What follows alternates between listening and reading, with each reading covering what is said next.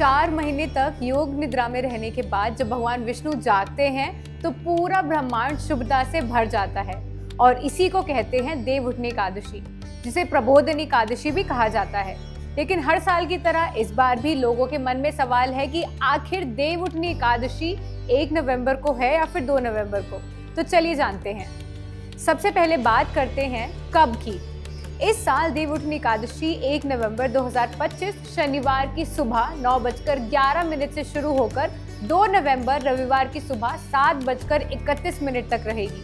यानी व्रत रखने वालों के लिए शुभ एकादशी की तिथि दोनों दिन पर पड़ रही है। उपवास खोलने का सही समय 2 नवंबर को सुबह 6:34 से शुरू होकर 8:46 तक रहेगा। अब जानते हैं क्यों मनाई जाती है ये एकादशी।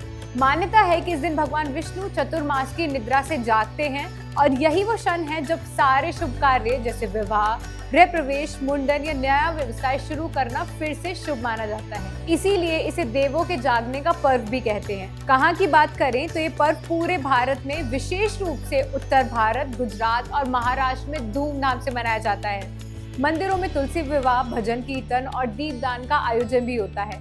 आखिर कौन मनाता है? हर साल वो व्यक्ति जो भगवान विष्णु का भक्त है या जीवन में शुभता और समृद्धि चाहता है। महिलाएं इस दिन व्रत रखती हैं और तुलसी शालिग्राम विवाह करके अपने घर में सुख शांति की कामना करती हैं। अब बात करते हैं क्या और कैसे की।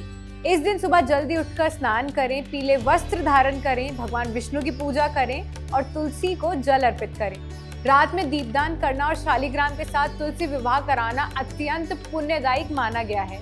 तो दोस्तों, अगर आप भी नए शुभ कार्यों की शुरुआत का इंतजार कर रहे हो तो 2 नवंबर की सुबह पारण के बाद ही करें शुरुआत, क्योंकि यही वो समय है जब खुद देवता भी जाग जाते हैं।